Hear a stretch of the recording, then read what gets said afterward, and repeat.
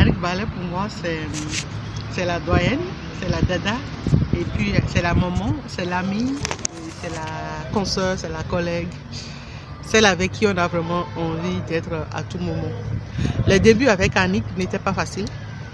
C'est la grande dame de la télévision que nous on admirait quand on était toutes petites. Et venir en stage ici en 2001, je me souviens du mois de juin 2001, ma première année en licence, où il fallait choisir un site pour faire le stage.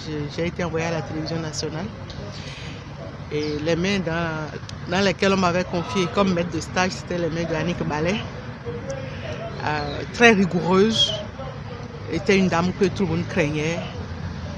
Mais avec le temps, j'ai fini par découvrir que Annick n'était pas aussi difficile qu'on nous le faisait croire ou que son image physique laissait paraître dans le temps. Annick était juste rigoureuse, aimait le travail et elle l'est toujours, elle n'a pas changé d'ailleurs. Elle aime qu'on s'occupe bien de son travail. Après le travail, elle sait vous mettre totalement à l'aise. Et j'ai fait de très très belles expériences avec Annick, je peux le dire. Et aujourd'hui, j'affirme encore, et je le dis haut et fort, que si je n'étais pas tombée dans les mains de Annick, avec ce qui se passe aujourd'hui, c'est certain que je ne serais plus dans le milieu.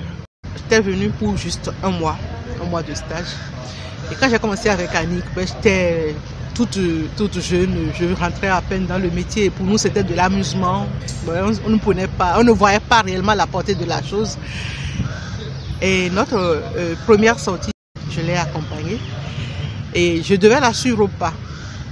Mais il s'est fait que je me suis laissée distraite par un camarade de classe que j'avais retrouvé sur le terrain également.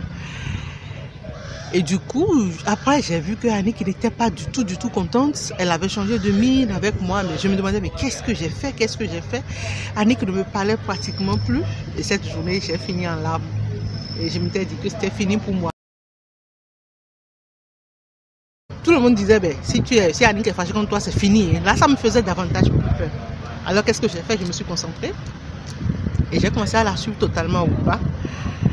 Et une semaine après cet incident, elle me dit, ben, écoute Ghislaine, tu es venue pour travailler, oui, tu es venue pour t'amuser. Si tu veux t'amuser, alors ne reste pas dans mes pattes. Alors, ça m'a frappée. Et puis là, je me suis ressaisie, je me suis concentrée et j'ai commencé à avoir réellement ce qu'on appelle de la belle expérience professionnelle. Et quand elle a constaté que je me concentrais beaucoup plus, que je la suivais avec beaucoup plus d'attention, elle est devenue franchement... j'ai redécouvert l'autre côté de la maman, de la grande sœur qui veut vraiment que la petite sœur que j'étais à côté d'elle apprenne beaucoup de choses, apprenne aussi réellement de ce qui est de la pratique, parce qu'on ne faisait que de la théorie à l'école. Et j'avoue que c'est là que mon amour pour le métier a commencé à grandir davantage. J'avais envie d'être comme celle-là, j'avais envie d'être son professionnalisme, sa façon d'être rigoureuse au travail. Et juste après ça, quand le travail finit, sa façon de s'amuser, de vous donner de l'ambiance et de rigoler avec vous. Franchement, on se retrouve comme entre camarades de classe après les devoirs, comme on se retrouve à la récréation et tout. Donc moi, j'ai vraiment aimé et j'avoue que c'est de très belles expériences. Elle m'a toujours tenu par la main.